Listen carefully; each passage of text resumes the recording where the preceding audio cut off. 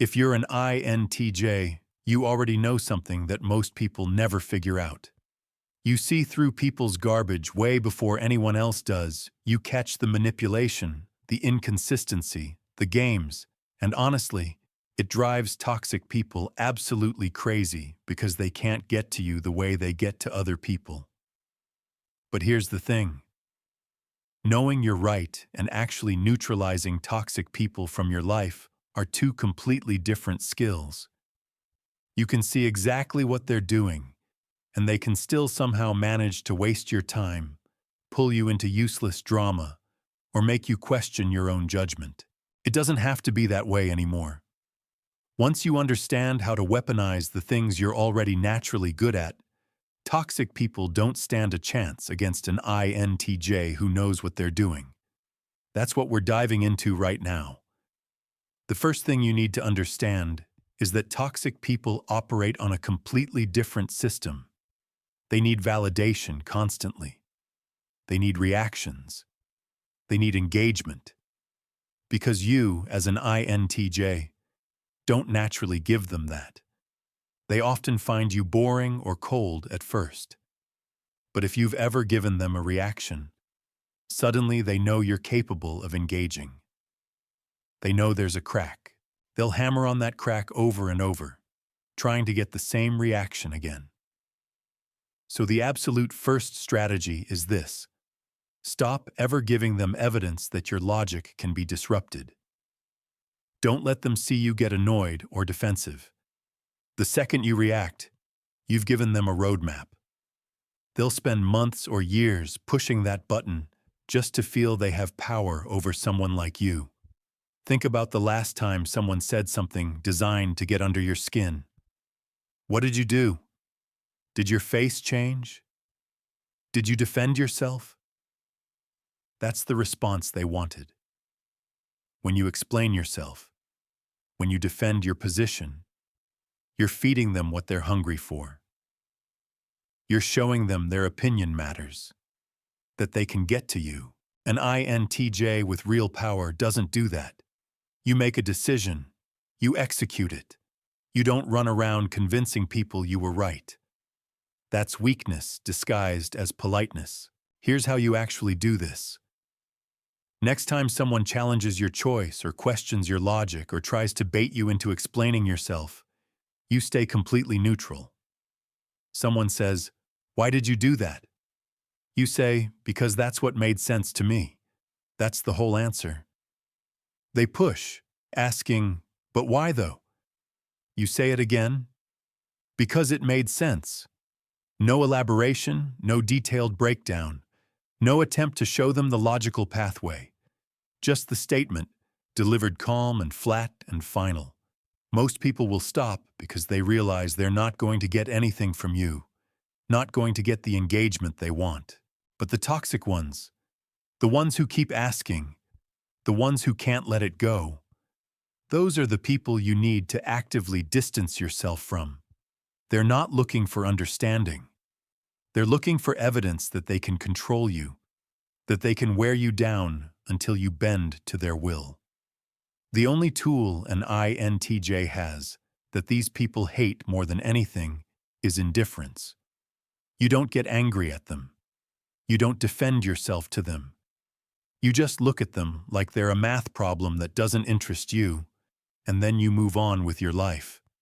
That destroys them because there's nothing they can do with that. You can't manipulate someone who genuinely doesn't care about your opinion. Toxic people who understand INTJ psychology will gaslight you about your conclusions.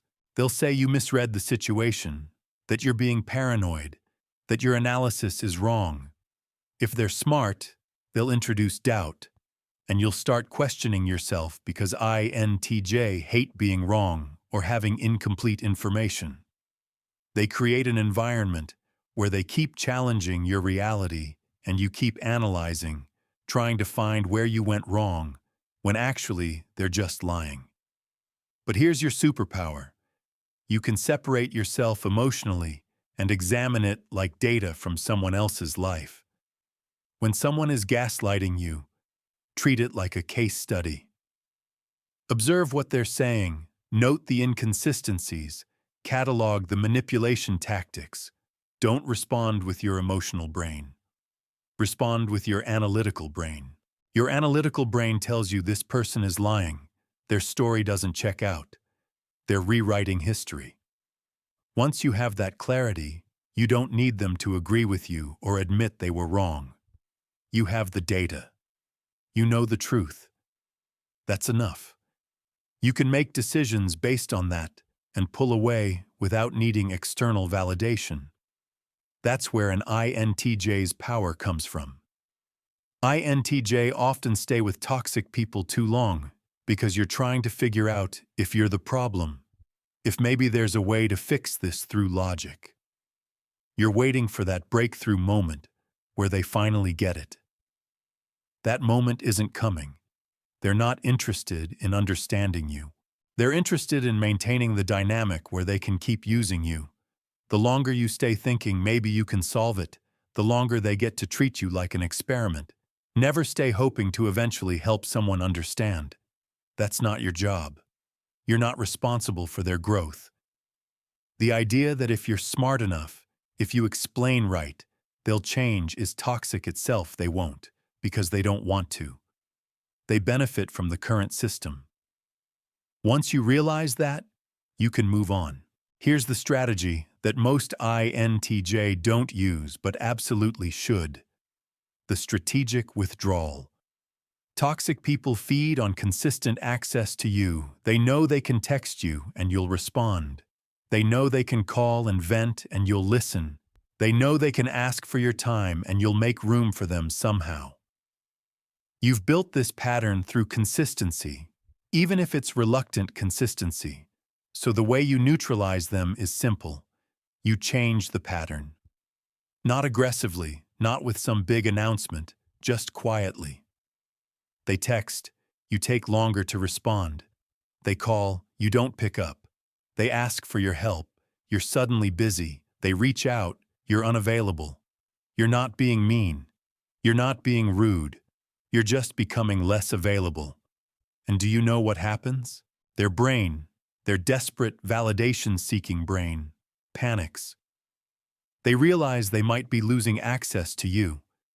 They start working harder to regain your attention. They start being nicer. They start making excuses for their behavior. They start trying to win you back. Why? Because they understand at some level that they were taking you for granted, that they were abusing your tolerance. And when tolerance disappears, when your availability disappears, they notice. Most of them will shift their behavior just to get that access back. The ones who don't, the ones who get angry or resentful or start trying to punish you for not being available, those are the ones showing you exactly who they really are. Those are the ones you keep the distance with permanently. The problem a lot of INTJ have is that you think being smart means you should be able to handle any relationship, navigate any dynamic, solve any problem through superior analysis, but that's not how toxic people work. They don't operate on logic. They operate on manipulation and emotion and power plays. And trying to beat them at their own game is a waste of your intellectual energy. They're not faster thinkers than you. They're just different. They're willing to lie, to manipulate, to gaslight, to do things that your logical brain can't even comprehend doing. So trying to outthink them in the arena where they play is actually you playing on their terms. What you do instead is you play on your terms. Your terms are cold. Your terms are logical. Your terms are about efficiency. You don't waste time on people who aren't worth your time. You don't engage in drama. You don't explain yourself. You don't defend your positions. You're not trying to win an argument with them. You're trying to be boring to them, to be unreactive, to be functionally unavailable. And because they need engagement and they need reactions, you're basically the worst target they could pick. So most of them move on to someone more fun, someone more reactive, someone who'll give them what they're actually looking for. Now, there's another layer to this that's really important. INTJ often attract toxic people specifically because of your reputation for being strong, independent, and hard to manipulate. That's actually a challenge to certain kinds of toxic people. They see you and think, I bet I could be the one who breaks through, who finally gets to the person everyone else says is untouchable. It's a game to them. Your independence and your self-sufficiency are actually part of what makes you a target. So you need to be aware of this. You need to recognize the signs early. Someone who's unusually focused on proving you wrong. Someone who keeps finding reasons to debate you or challenge you. Someone who seems almost obsessed with getting you to engage. That's not someone looking for healthy connection. That's someone who's made it their mission to crack your code. And the best thing you can do is recognize that and stop playing. You stop engaging in the debates. You stop defending your positions. You stop explaining your logic. You become so boring that the game loses all its appeal. Then they go find someone else who'll actually play along. The boundary conversation is something that intimidates a lot of INTJ because you think, if you have to explain your boundary, you haven't set it properly. And you're right. A real boundary doesn't come with an explanation. But what you also need to know is that a boundary enforced with consistency doesn't need an explanation either. If you say you're not going to engage with drama, then you don't engage with drama. When they try to pull you in, you don't respond. When they try to make you feel bad about your boundary, you don't argue about it. You just keep not engaging. That enforcement is the boundary. You're not explaining why you won't engage. You're just showing them through your behavior that you won't engage. That's actually incredibly powerful because they have nothing to argue against. You're not making claims they can dispute. You're just not showing up to the dynamic they're trying to create. Most toxic people have been dealing with people who set boundaries verbally and then violate them. So when you set a boundary through pure action, when you just stop doing the thing, they're often confused because they don't know how to manipulate action. They can manipulate words. They can argue about explanations. But you can't argue someone into responding to you when they're just not responding. Here's something else that people don't talk about. Toxic people are often incredibly perceptive about emotional states. They can read when people are stressed, when people are vulnerable, when people are at their limit, and then they attack. So they're watching for the moment when you're depleted, when you're tired, when you're running low on willpower. That's when they push. That's when they test. That's when they try to get a reaction out of you or slip back into the old dynamic. So an INTJ strategy here is to be boring and consistent regardless of your emotional state. You might be exhausted. You might be at your limit. But your response to them stays the same. You're not available. You're not engaging. You're not defending yourself. You're not explaining. This consistency is what eventually convinces them that their strategy isn't working. They learn there's no moment where they can get to you, no crack in your armor to exploit. Because you're not putting your armor on and off, you're just not reacting, ever, no matter what. There's also the reality that some toxic people will escalate when their normal tactics stop working. When you become unavailable and unresponsive, they might get meaner, might start spreading rumors, might try public call-outs, might try to turn your friends against you. This is them essentially throwing a tantrum because you've taken away their favorite toy. And here's what an INTJ needs to understand. This is not your problem to solve. Let them escalate. Let them show everyone exactly who they are. Most people, when they watch someone escalate over not getting the attention they want, realize that person is the problem, not you. You're just sitting there living your life. They're the one trying to blow it up because you stopped playing their game. The people who matter to you, the people who actually know you, they're not going to suddenly believe the worst about you because someone is making a scene. And if they do, if they immediately believe a toxic person's narrative about you, then they weren't actually your people anyway. That's useful information. That's cleaner, actually.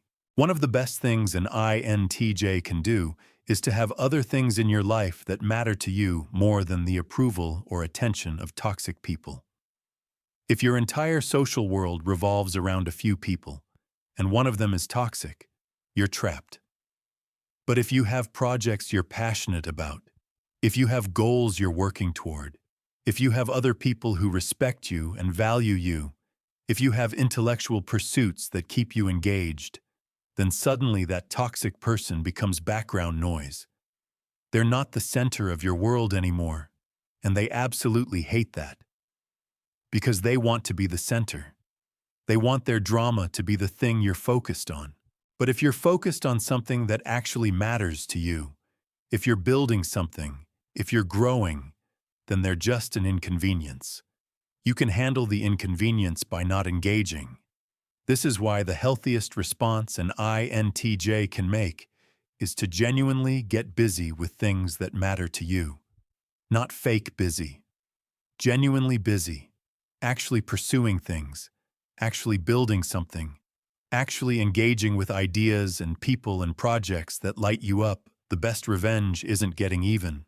It's being so genuinely occupied with your own life that the toxic person becomes basically irrelevant to you. Now let's talk about something specific that happens with INTJ. You sometimes keep toxic people around longer than necessary because you're trying to understand them, trying to figure out what makes them tick, trying to solve the puzzle of their behavior. You're fascinated by the dysfunction. You're studying it. You're almost treating them like a case study, and you're so focused on understanding the problem that you don't actually address the problem, which is that this person is making your life worse. They're wasting your time. They're draining your energy. They're distracting you from things that actually matter. You need to shift from analyst mode to action mode. You understand enough. You've observed enough. Now you need to act. The action is, you don't have this person in your life anymore. Or if you do, they have extremely limited access to you. You don't need to understand them to protect yourself from them. Understanding is nice, but it's not necessary. What's necessary is that you take action to stop the harm, stop analyzing, start acting. This is hard for INTJ because you want to have complete information before you make a move.